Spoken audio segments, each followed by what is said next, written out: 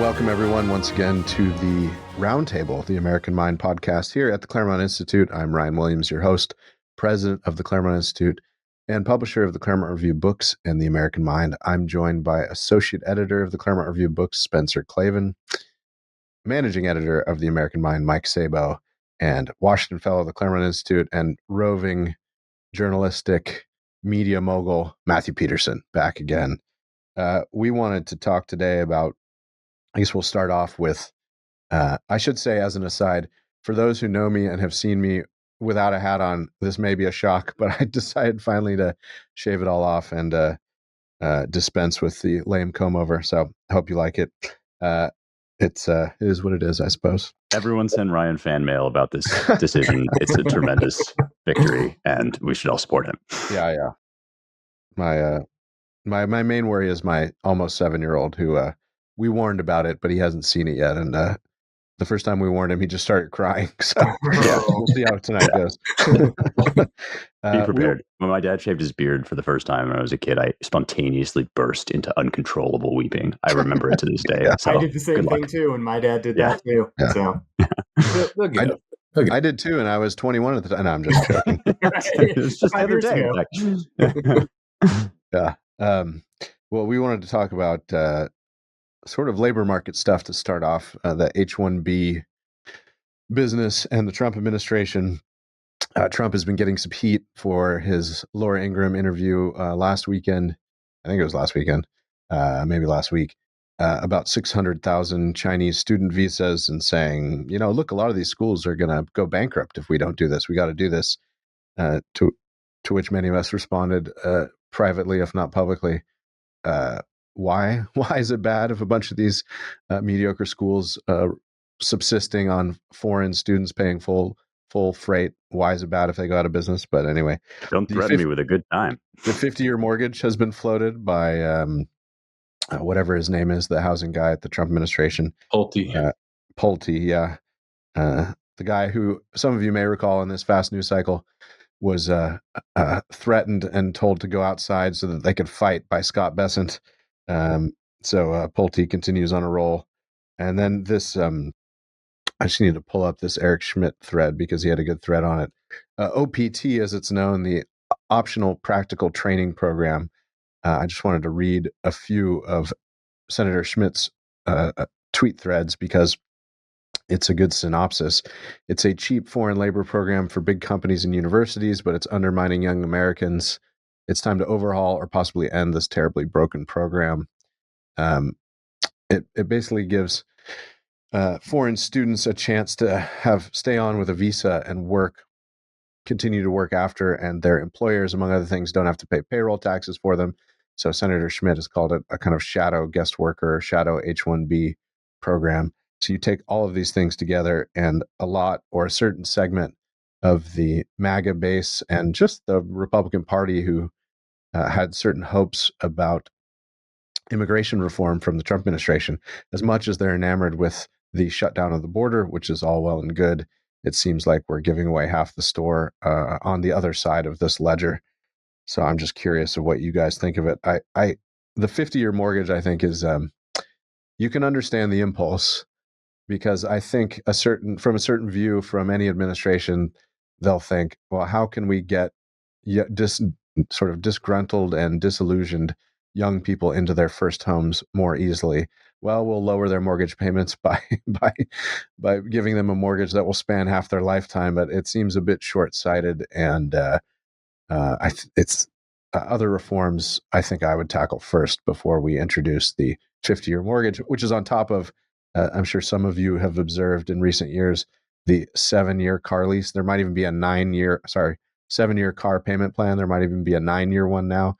It seems like we're creeping ourselves closer and closer to kind of permanently semi-indentured indebtedness, which doesn't seem like a good trend. Yeah, I mean, you have to pay monthly now for like Adobe Acrobat. So if you're also locked in for 50 years on your home and 9 years on your car, it just feels like the vibes are off. I'm not so sure that this is necessarily the worst thing one way or another, the 50-year mortgages, but it seems, along with Trump's response on the Chinese students, kind of like a failure to read the room. And maybe other people who understand finances better than I do will tell me that actually 50-year mortgages is just a terrible disaster. It seems like more like fudging around the edges of a problem that really needs structural solutions, which in itself is always bad and kind of encourages people to drive themselves deeper into debt. The immigration part, the foreign students part, it really is, I think, more serious, at least to me. You can't have it both ways, right? You can't say, well, this is only a small elite coterie of crack Chinese programmers or doctors or what have you. It's really a drop in the bucket of the larger immigration issue. But if we don't let them in, our academic sector is going to implode and all of these schools are going to go bankrupt. Either these people are the backbone of our economy or they're not. And if whichever one it is, I think kind of the Trump team has to decide. Personally, I'm a noted squish on these kinds of immigration questions. I've always been on this podcast more about like focusing on the stuff that's really easy as a win politically, right? This, they just rounded up another illegal immigrant with, who's in this case a member of like a terrorist organization who had a commercial driver's license. Like those sorts of things seem just still like really low hanging fruit after the Biden years. I'm sure our colleagues and maybe some of you guys would be more hardline about the matter of foreign students more generally, but it does seem like the main point is the one you made, Ryan, which is if it's the case that these kind of mid-tier schools are relying on an infusion of foreign cash and therefore not using this system to skim the cream off the top of every other country's talent pool, but instead to underwrite a failed and totally useless academic system that is mostly corrupted ideologically, then it's sort of like Brer.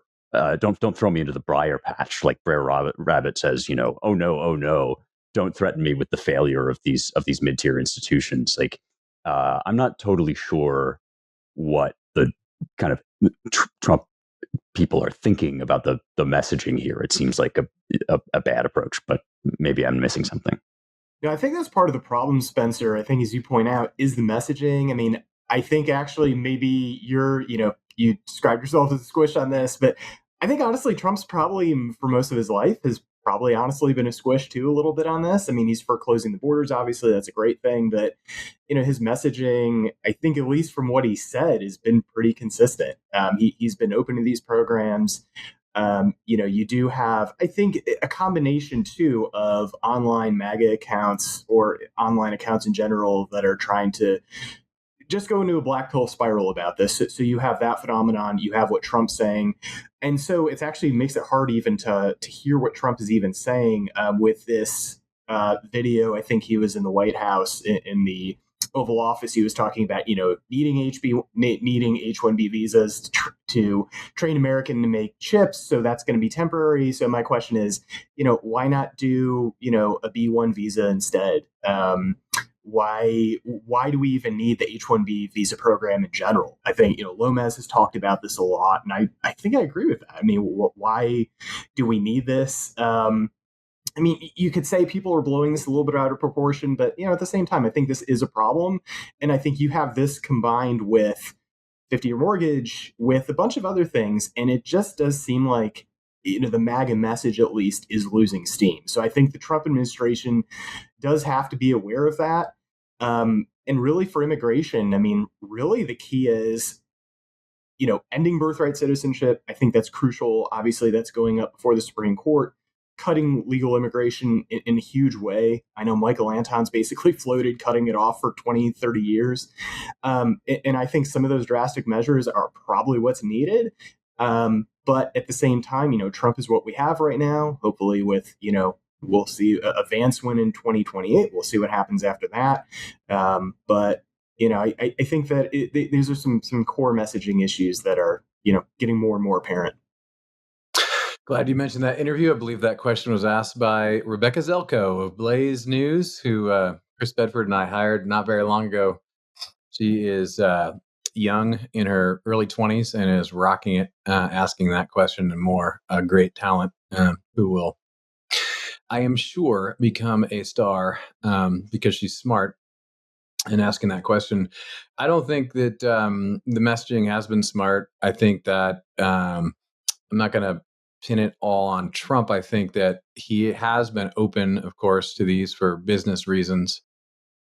But also, the Overton window has shifted, I think, dramatically. Right? We couldn't have talked about getting rid of all H-1Bs 2 years ago. It would have been seen as a non-starter, imprudent even. So I think that the base has moved very fast on these issues, and the waterfall is starting to flow. And it used to be a dam, and now people are saying whatever they want about immigration and rethinking it entirely, and that's a healthy, good thing. The problem with the mortgage and H-1Bs, or you can just look at Epstein. I'm just, as we're sitting here today, the House just voted to get rid of all the Epstein files, should come out of DOJ. I think that there's a war within the administration, and there's people who do not understand where the base is at. And the president has good instincts, but when you have gatekeepers and people constantly on the other side of these issues who don't actually have internalized the agenda, you're going to see these problems. And this is why time and time again, good people within the administration, quietly, as well as everyone in the audience, says, chimp, always chimp, because you can change by raising a ruckus, and you can get this administration's attention. And the reason for that is not so much that anyone's trying to decide what they think. The reason for that is that there is a war within this administration about how to deal with these issues. And I would submit that on one side, you have people who do not have the Trumpian agenda internalized, do not understand their own voters, who think that if Trump says something, it will just go. So if Trump says 51-year mortgage, gets behind it, a 50-year mortgage, then it's good. If he says we need to do H-1Bs, then it's good. If he says we don't need to release the Epstein files, then it's good. That's what some of these advisors think. And I don't think that's true anymore. I think that the base loves Trump. They're not going to go away from Trump, but they know what the agenda is now. And, the administration is in the very real danger if they keep going down this path of alienating their own base, who does understand the agenda, loves President Trump, but they will start blaming people around him if this continues. And I think on all three of those, it's like unforced errors, weird messaging. You can't control the messaging, but you can control personnel. And I think it's just as simple as that. These people don't understand the agenda. They think if Trump says anything, it'll just go, and MAGA will go along. And the MAGA Maha movement has grown up. People get the agenda. They know why they love Trump. And this kind of crap has to end.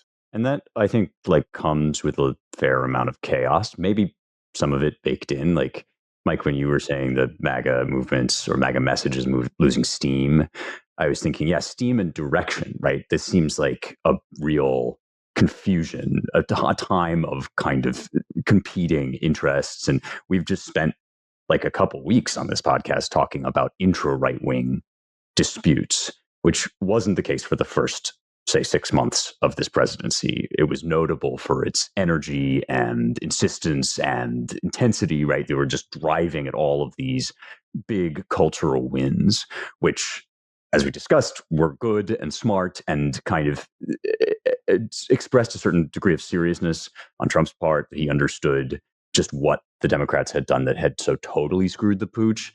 But also, maybe last week, I think we were saying, like, they may have been too successful for their own good in some ways, in that now the problems that you have left to handle are much more intractable and genuinely do raise some difficult questions about how to proceed. The one that we've been talking about, immigration, is like a big one.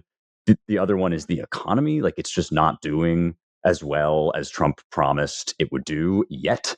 That's not to say it won't. It's actually really early to be having these conversations, but that is something he probably has to deliver on. Don't you guys think? Like, before the midterms, he has to be able to point to some major win. And there are so many, again, structural problems that are not of his making which may prove obstacles to that. And I wonder if that's part of the background of this too. Like the in the absence of really clear, easy achievements that everyone can agree on, you open up the door to perhaps necessary, but nevertheless chaotic and somewhat inefficient, like disputes over which wing of the Trump camp gets to carry the ball forward, since it's always been to a certain degree like defined not just by Trump but by the people around him and the people he talked to last and all of that. So like that seems like where we're at the moment. Yeah, no, I think that's an important point. I mean, I said this last week. Look, I mean, for them to win 2026 to really reverse historical trends, you need to start delivering tangible results. And then just to even go back to immigration, I mean, there's certainly, a pro-Trump MAGA side. You've got Joseph Edlow, so he is the director of U.S. Citizenship and Immigration Services. You've obviously got Stephen Miller. In his thread, Eric Schmidt said, these guys are trying to kill the OPT system. I mean, you have people out there. You have people, like Lomez. You have guys who are, pretty big and we're very well known in right-wing circles. Orrin McIntyre. I mean, there's a lot of people out there that are trying to push Trump.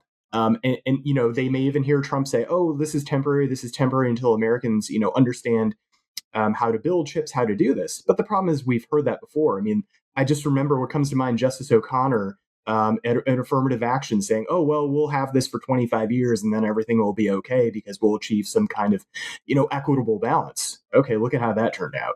So yeah, I just think the messaging is, I mean, that's kind of the main culprit I see. And so I don't know if there needs to be an overhaul at the comms department or what, but I mean, yeah. I mean, Trump and his people, they really need to put their ear to the ground and really listen to what the base is saying right now. Also, I mean, to Spencer's point, the messaging is a problem. It seems a little misdirected.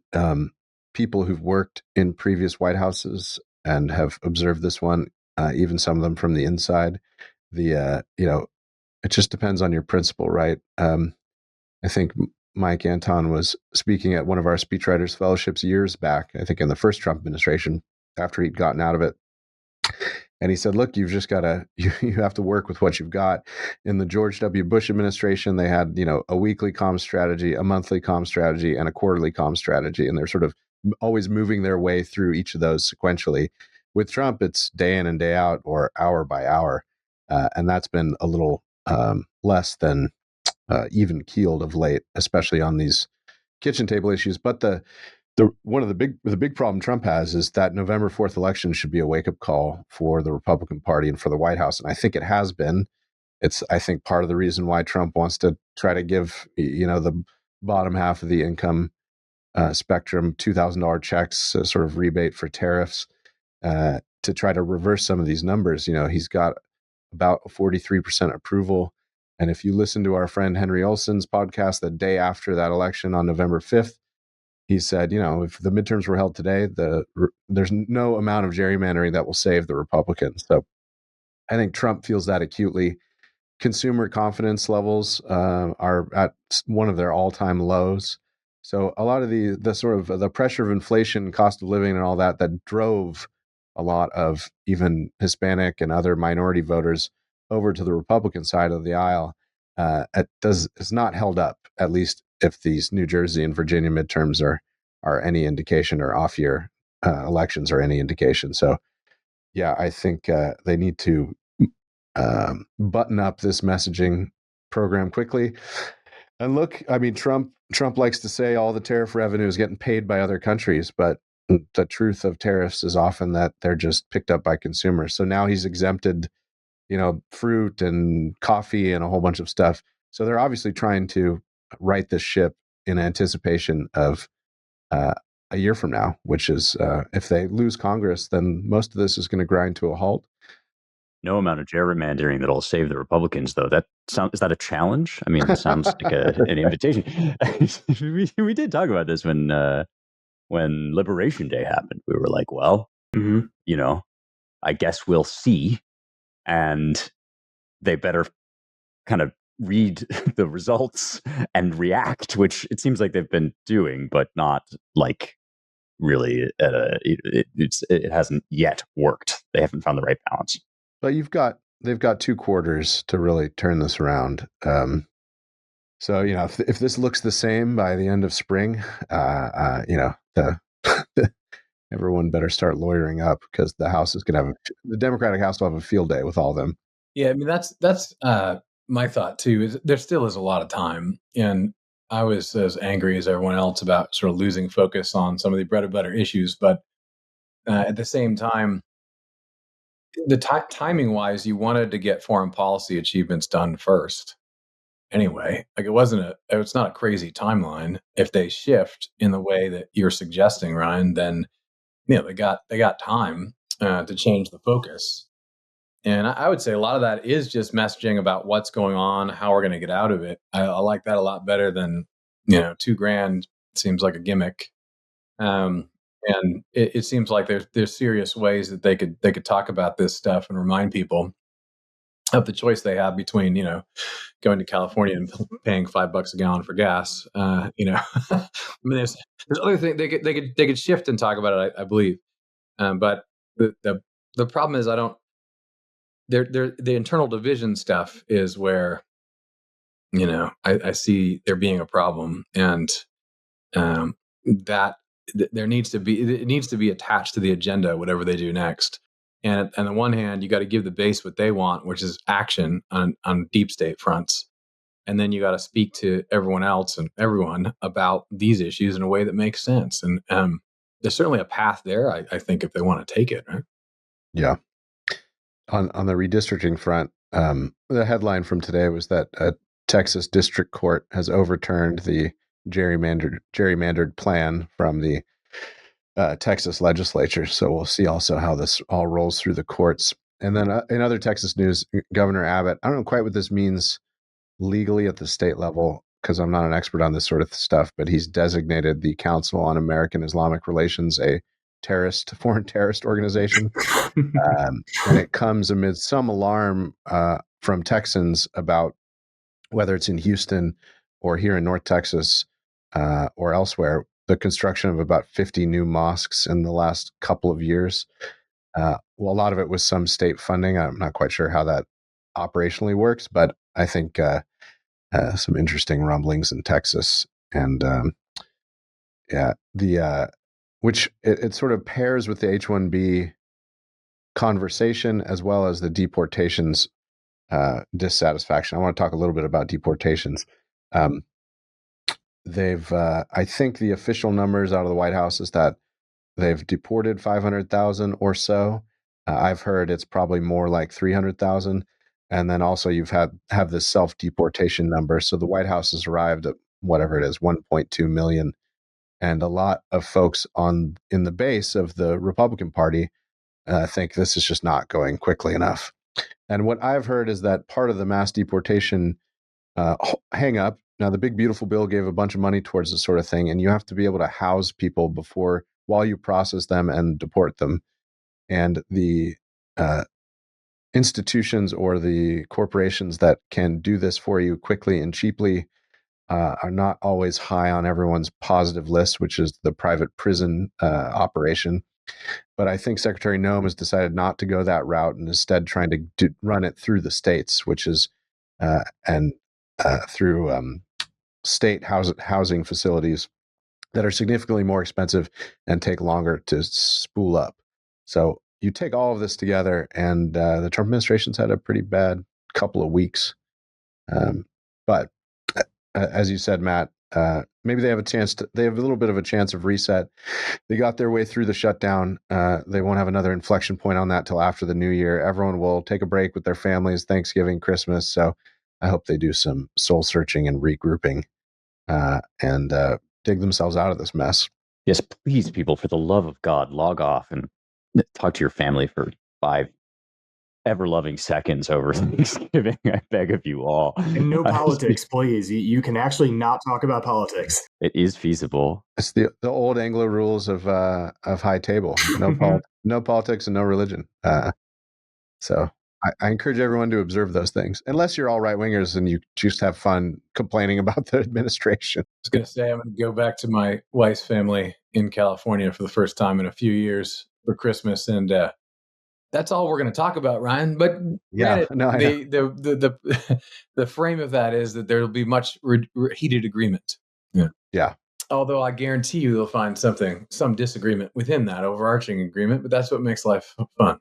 Yeah, I always feel ambivalent about the whole no politics at the table rule because, of course, if relations are so badly strained, as they often are these days, that you can't do it without saying things you regret and getting incredibly nasty and uncivilized, then obviously that's an appropriate stopgap.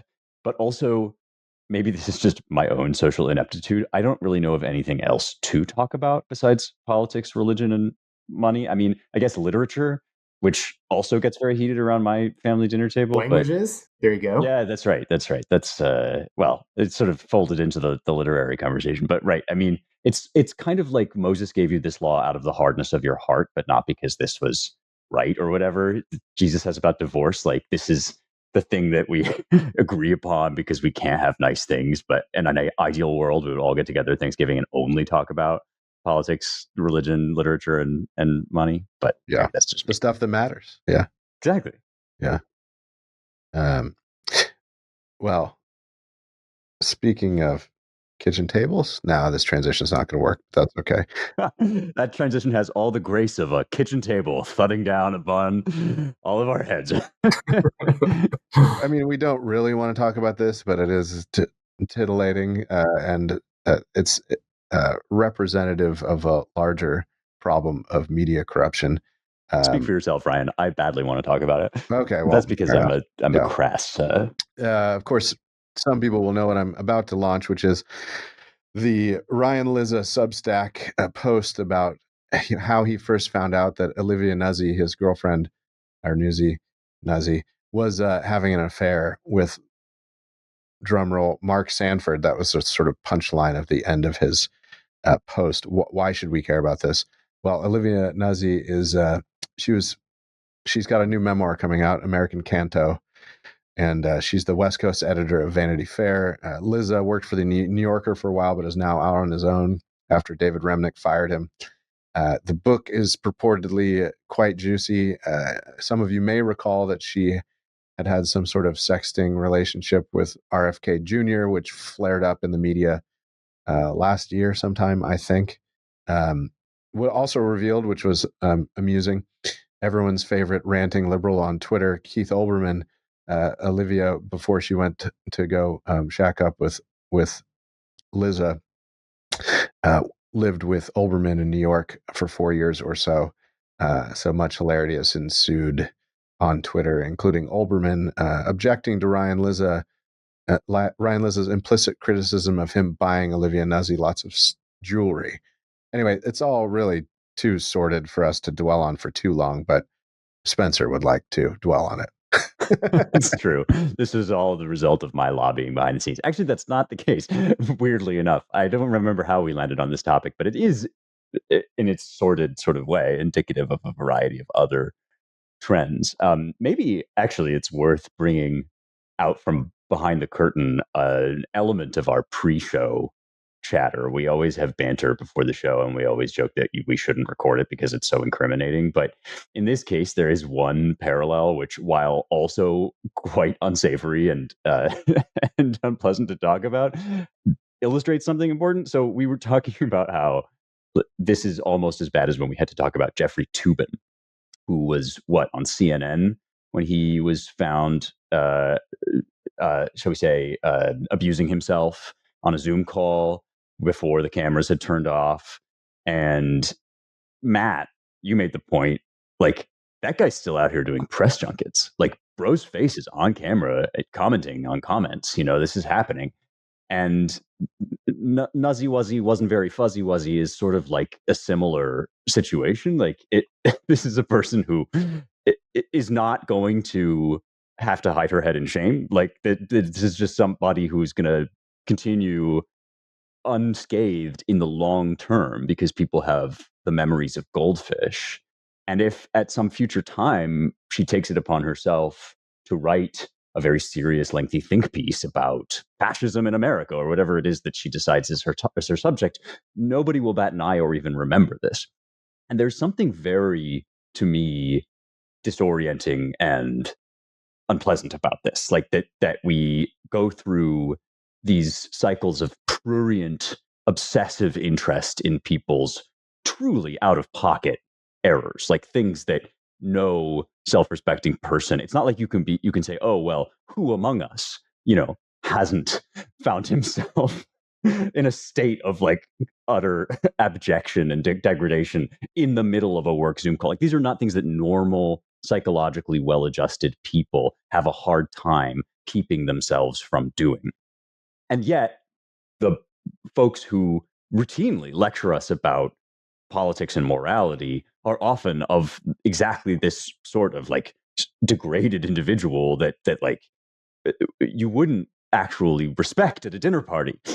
Then, after saying things like this in the news and talking about it incessantly for like a week, we sort of forget, and quietly among the well-heeled media friends that all these people travel among, like they're all rehabilitated and just sort of return to public life, which maybe is a feature of the digital age. I don't know if this was just sort of less easily visible in the age of TV and newspaper, that you could kind of you never got caught on camera or in text messages doing and saying scandalous things, and so there weren't these kind of character arcs to follow, and now we can see it happening. But it's pretty grotesque. Like it's the sort of thing that makes one feel as if one is living either in a hallucination or in just a deeply unserious public culture.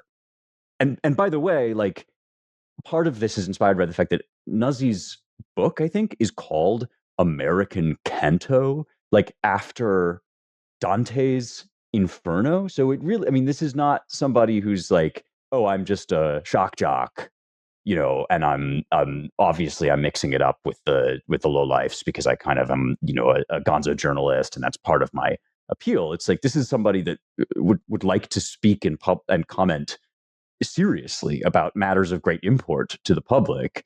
And there is something truly crazy making about this. And Matt, I'm sure you're going to explain it to me, but it feels insane. I feel insane is what I'm saying.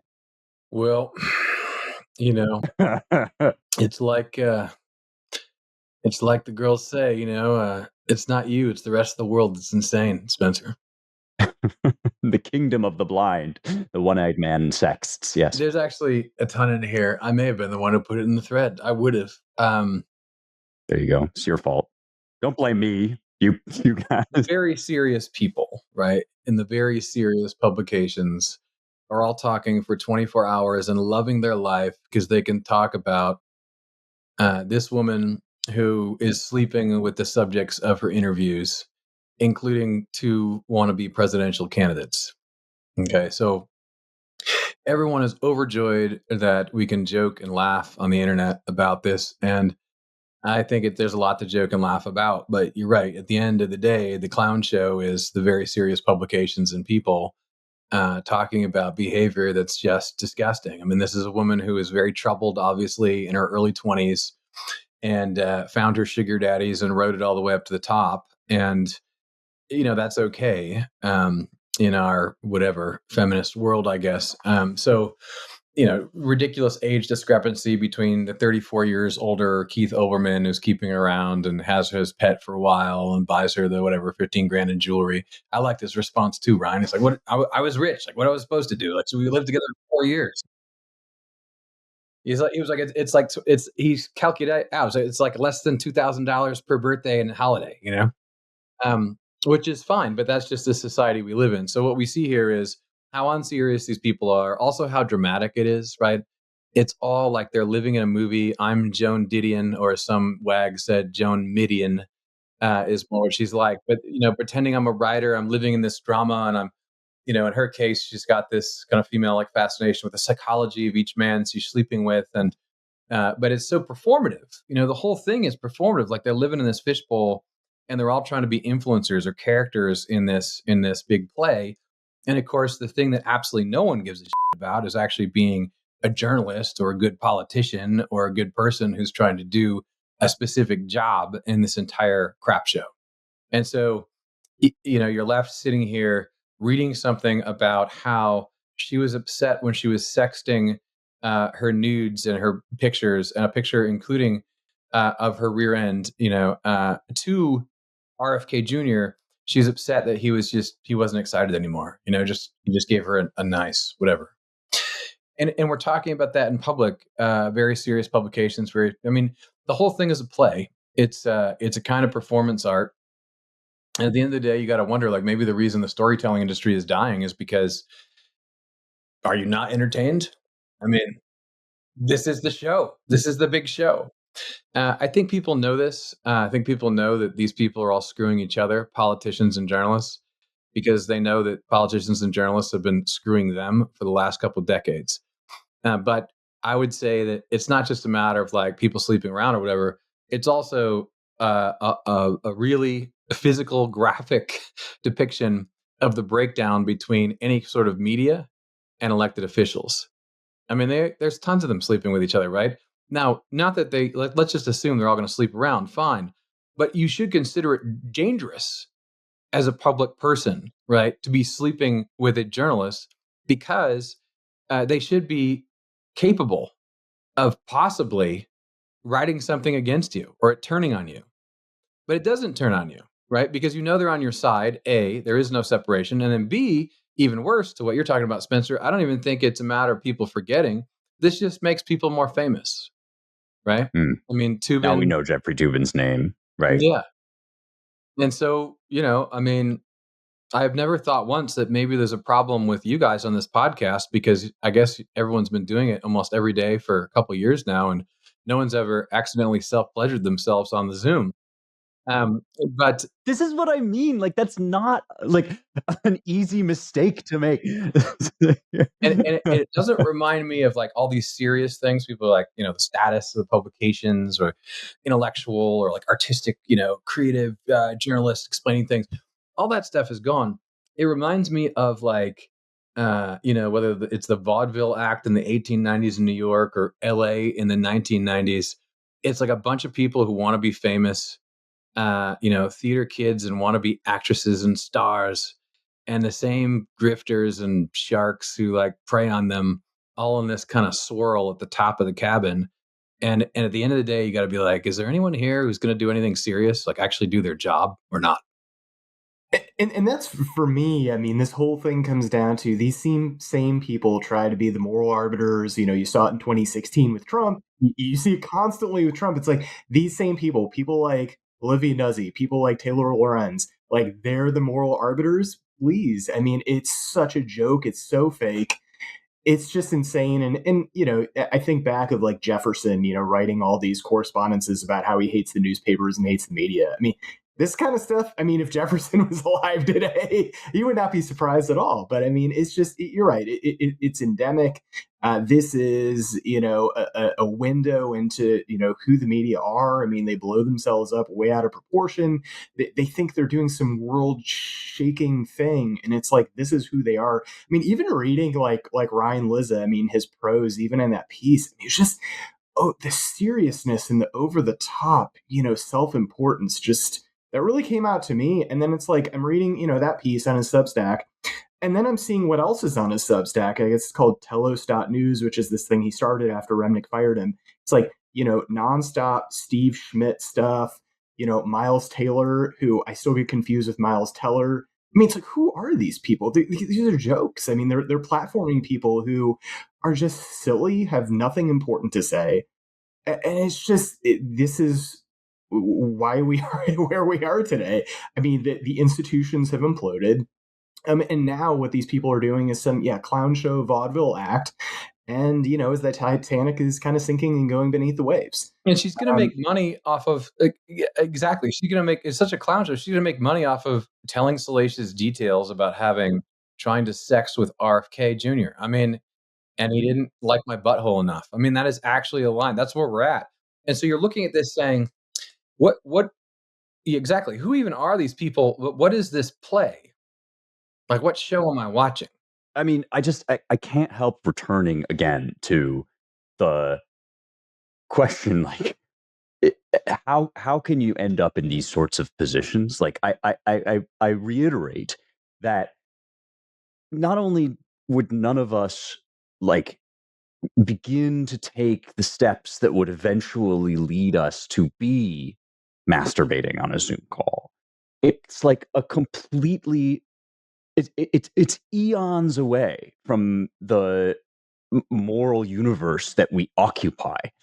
And on top of that, if by some strange, perverse accident it did happen to any one of us, leaving aside whether it would be possible for us to return into media, just as a personal level, out of pure shame, I would think that each of us would be inclined to retire to the mountains in a hermitage and stare at the cave wall for the remainder of our lives in prayer, fasting, and alms until we died. Like, that's what would happen. And so, even just trying to think your way into the psychology of these people makes you feel at the end like you need a shower. And now that having been an advocate for talking about this subject, I do feel undignified discussing it. Like I've come back around to your position, Ryan, that this is like simply not worthy of our attention, except that it is constantly forced upon our attention at all times. And it's when people talk to you, talk about like Thanksgiving dinner table conversations, when my nice lib friends come and they talk to me about like, why is the right so anti-journalism? Like, why do they hate the media? There's so much distrust on the right. It's really dangerous, distrust of the media. And it's very difficult to get across that, yes, there have been many, many terrible failures of factual inaccuracy and biased reporting and all sorts of things you can point to during the COVID years, especially, but generally and stretching back many, many decades, ways in which journalists have failed to live up even to their self-understanding as reporters and supposedly unbiased purveyors of the news. All of those things are true. And in these discussions with libs, you can kind of talk about them. But none of it really gets to the bottom of it, because it's this that horrifies us. Like, it's the fact that the people who presume to establish themselves not simply as factual arbiters, but as moral arbiters of America, of the country, and who shame and scold us every day for the ways that we flirt with fascism and our attraction to strongmen and the fact that we're like elevating Trump to the kingship. And this is really similar, if you think about it, to the beer hall putsch. Like, it's as if the Reichstag fire, I, a very serious historian and journalist, am here to tell you, like, fascism expert here, this is eerily, chillingly parallel to the moment when Hitler like brushed his teeth and tied his shoelaces, and that's what Trump just did. Those are the same people who are moving in circles with, or even themselves participating in, absolutely abhorrent modes of life. Like, not things that some of us sometimes like fall into and feel ashamed, not like foibles that all of us can sort of relate to, even though we hope that we're never caught out in them, but like astronomically disgusting, abject behavior that just at a personal level, you would think would give them pause before presuming to discuss like large issues of matters of state and public morality. And so like the indignation that people feel about the press, which is often expressed in terms of individual failures or even outright dishonesty, is, I think, actually about this. And it goes much, much deeper than, oh, they didn't get this or that fact right. It's like, these people suck and they hate us and they have no right to hate us. And we just wish that they would disappear forever and we never had to think about them again. And that part of the MAGA movement, for all that we've been discussing, like problems with it and messaging issues, like that sentiment is every bit justified and then some in whatever like Trump does or the MAGA movement does to attempt to mount a counter revolution against our journalistic class. Yeah, and it's not just a moralistic point, right? I mean, it's not like sitting here being a prude about how messed up people can be. It's not even like, they're not even normal vices. First off, it's not like, oh, you're saying this isn't like normal vice land. That's my biggest complaint about DC. It's like people can't just have an affair or go to a bar and talk to a girl. They have to do something really weird. They go down. What happened to good old fashioned adultery? Like, why not just have a mystery? Yeah, exactly. It's not normal. It's never just normal vice. Like half the time, why Can you just pick up girls? Are you able to do that? Can you just go talk to a girl? There's lots of women out there, but it's a real degeneracy that's bled into like the job and the institution. I think that's what people are pissed off. It's like, look, you're supposed to have this important role. You play off the important role, but you're not an important person. You're not a serious person. And the fact that you would elevate someone like this from the time she was in her early 20s, right? Well, let me say this first. The fact that older men would like it if a woman ingratiates herself to them and signals that she likes them, and she's younger, and I don't know how pretty she is, but not ugly or whatever is inviting, is nice to them, and she gets ahead. Of course, that's normal human life, right? But if you're in a serious industry and people continually do this and rise up the ranks and write books where they make millions of dollars talking about sending pictures of their behind to presidential candidates and sleeping with them, at some point, like, you bear responsibility for the whole thing. You've rendered this institution unseriousness. It's very, very, very much like the people in Congress. The institution isn't serious. You're not a serious person, and that's the problem people have. And here's the thing, man. The base, like, yeah, the whole country has degeneracy problems, but people are really pissed off. I mean, and it goes back to our earlier discussion. I don't think you're going to see more volatility and more crazy stuff happen because you have serious roles and serious institutions with degenerate clowns, laughing about this. And I love to make the jokes too in the late Republic, but this is a sign that we are not fixing our problems and things are going to get worse. Yeah, maybe a solve here at the end would be some cultural recommendations. But I'm going to start maybe off on the wrong foot by just talking about two pretty mediocre movies in a franchise that I otherwise, two different franchises I've otherwise enjoyed. I've been flying around a lot lately, so I there's us. So I watched a couple. One is the final entry in the trilogy of the Fast Zombies movie. So the first was 28 days later, the second was 28 weeks later, and the latest is 28 years later, where the virus has been conquered more or less by quarantining the British Isles and not letting anyone leave because that's the only thing they could do to keep it from spreading to Europe and around the world. And I don't know, it's a fun movie, especially if you liked the first two, which I did. It still sends a certain thrill, given the subject matter. It's kind of a nice and fresh take, even in the third one, in some ways, on the zombie genre. But it ends kind of absurdly and triumphantly in a campy sort of way. So it only gets one thumb up or a half a thumb up. And then the other one I'd been putting off for a while, which was the new Superman. I mean, it was atrociously bad. Actually, the lead actor gets too much grief. I thought he was fine, and what's her name, the female lead, the redhead, she was fine too. But the movie was just all over the place. It was campy and sort of, but in a lame and cringe way instead of a funny way. And so, if any of you were putting off watching it and are hopeful about it, the critics were right. New Superman sucks. Yeah. I remember there being some moderately decent scenes between him and her. She's like they're both journalists, but otherwise spiritually very beige movie and completely forgettable. Amy Adams, right? I think that was the actress. Yeah, who's really good. Surprisingly good for having appeared first in most people's consciousness as the star of Enchanted, which is a surprisingly good movie. But then she turned out to also be able to act like a normal human being. Yeah. She also starred in a movie I liked, which my wife hates. That movie about the aliens, like signaling to them. What's it called? Great movie, Arrival. Arrival. Yeah. I mean, obviously, I'm a mark for that movie in every possible way, but it's awesome. It's really good. Yeah.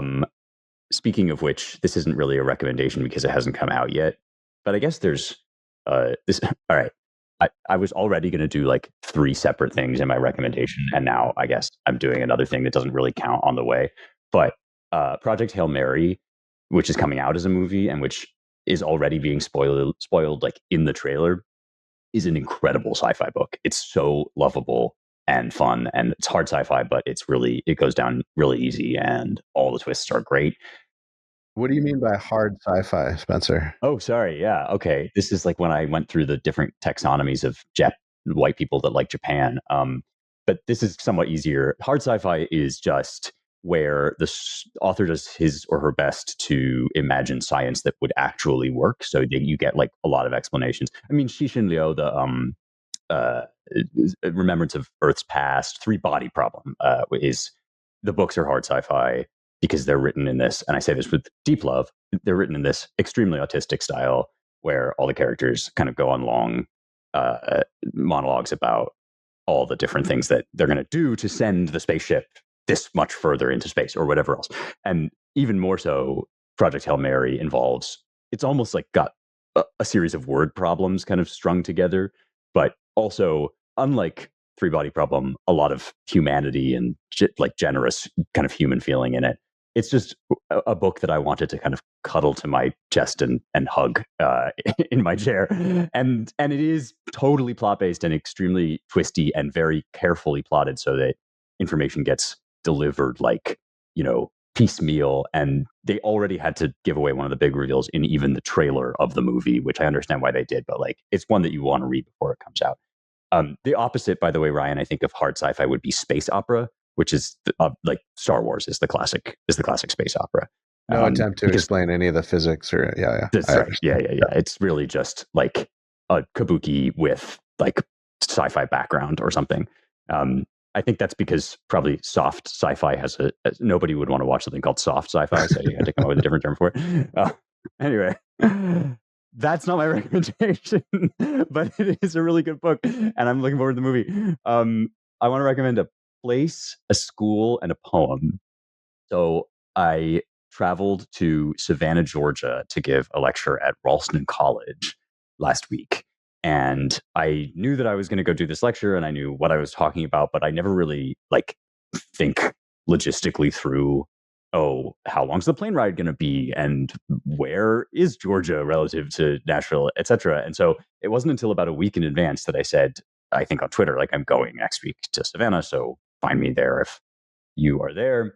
And suddenly everyone was like, oh my gosh, you're going to Savannah? It's amazing. I was like, what the hell, man? It must be really, like, how good can it be? But in fact, Savannah, Georgia, if you ever have a chance to go, is just a idyllic town. I mean, I didn't stay there long enough to know if they have major social ills or whatever they're contending with. I'm sure, like every American city, they have problems. But it was brilliantly constructed around these like public squares during the colonial era, like pre-revolutionary. They have a founder whose name I'm forgetting, but like that, there are many statues of him, and people talk a lot about his plan for the city, which has made it very, very difficult for a number of architectural reasons that would be tedious to get into, to like put brutalist monstrosities in place of the beautiful colonial red brick architecture. And they did it mostly without legislation. So it's not that they have these ordinances, it's that it's just really hard to kind of fit ugly modern buildings into these beautiful streets. Wide, gorgeous walkways, Spanish moss hanging everywhere, which is apparently a parasitical invasion, but I don't care. It's very beautiful. And it is the home of Ralston College, which is this currently just an MA program, a 1-year thing where they teach you Greek in the original, like the professors speak Greek to you, and you read some massive amount of both Greek and then translation kind of through the Western canon. Incredibly cool project run by our friend Stephen Blackwood, whom Ryan, and just like they really are doing it right over there, including formal dinners where they wear like Oxonian black gowns and file in and have public announcements, etc. And this is the kicker: anyone during the dinner can tap his knife on his glass or her knife on her glass and stand up and recite anything from memory that you want. So you can do anything you want. It can be like, my lecture was on Aeschylus, so one of the students recited a monologue from Aeschylus in Greek, but it could be like one of Lincoln's speeches. The only rule is you can't look at your phone or any like document. So that was incredibly cool. And I, last minute, having found out that they did this, pulled out of my back pocket one of my favorite poems in the English language, which is unlike some classic poetry in that it really doesn't take that much sort of lexical effort to read. Like, you don't have to look up a bunch of tough words, because it's by Alfred Lord Tennyson, who's one of the most euphonious, mellifluous poets in the English language, truly one of our greats. And the poem is Ulysses by Tennyson, and it's this sort of imagined monologue of Odysseus after he's come home, but he's restless and he yearns, he says, to follow knowledge like a sinking star beyond the utmost bounds of human thought. And it is just, I was reminded in reciting it what an incredible poem it is. Won't take you that long to read, and it's cheaper than flying to Savannah, Georgia. Yeah. We should just have Spencer go last because it's so highbrow. Like, Right. I gave you 28 Years Later and a bad Superman movie. And I know, and I promised a while back that I was only going to give lowbrow Rex, and I've completely destroyed. No, that's good. Promise. I'm sorry. No, that's right. What about you, Sabo?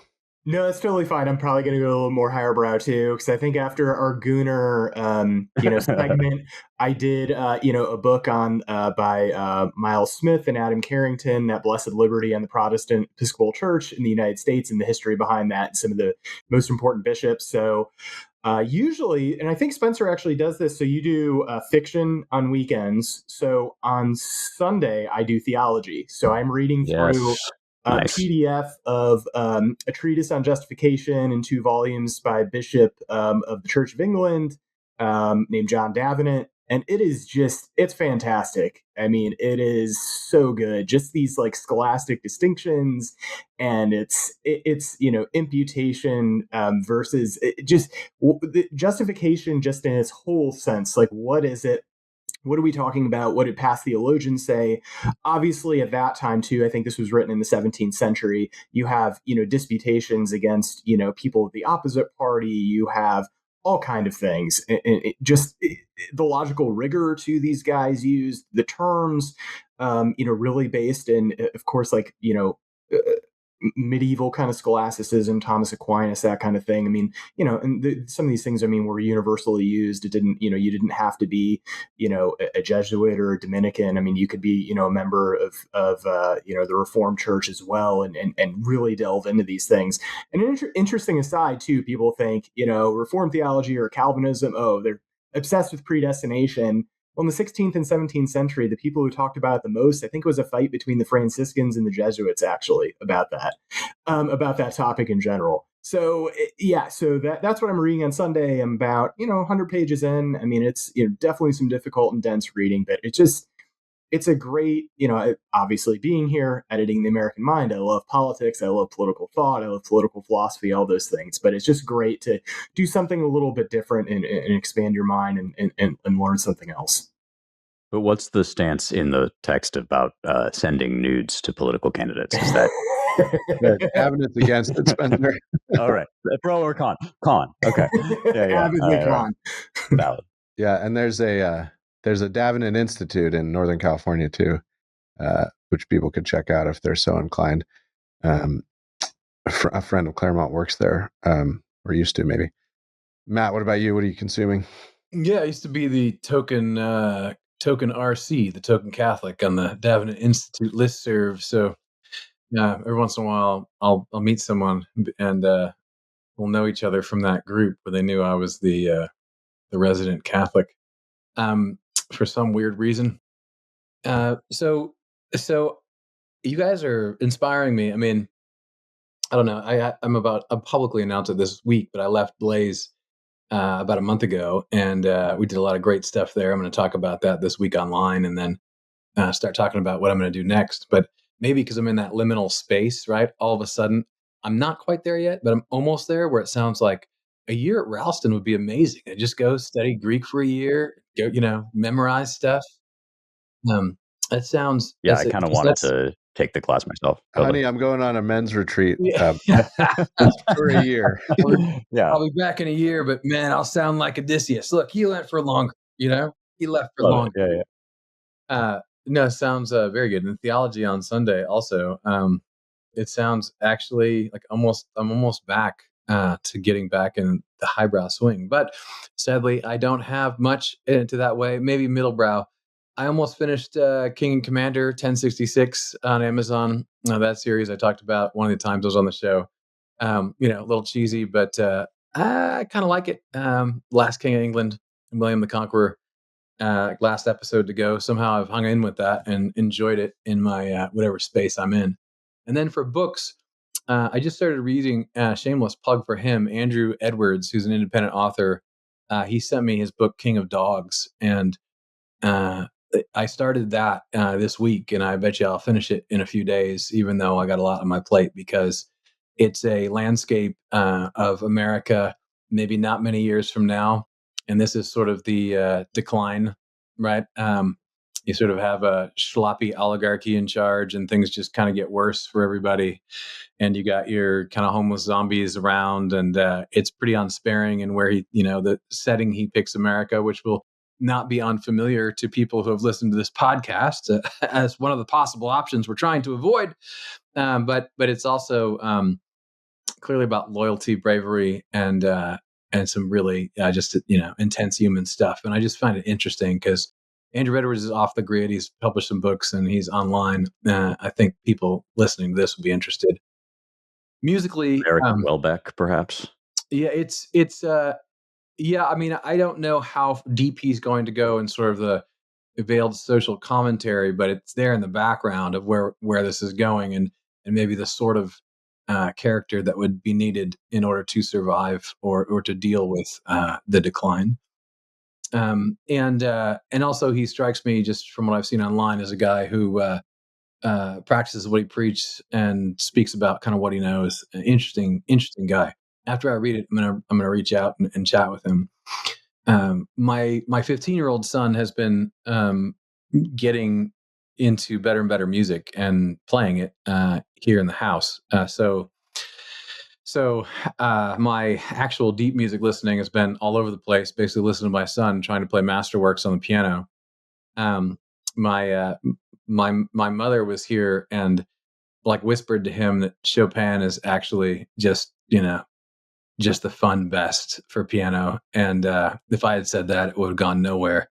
And so, now he's playing things that I recognize every note of, listening intently in my youth. So that's great.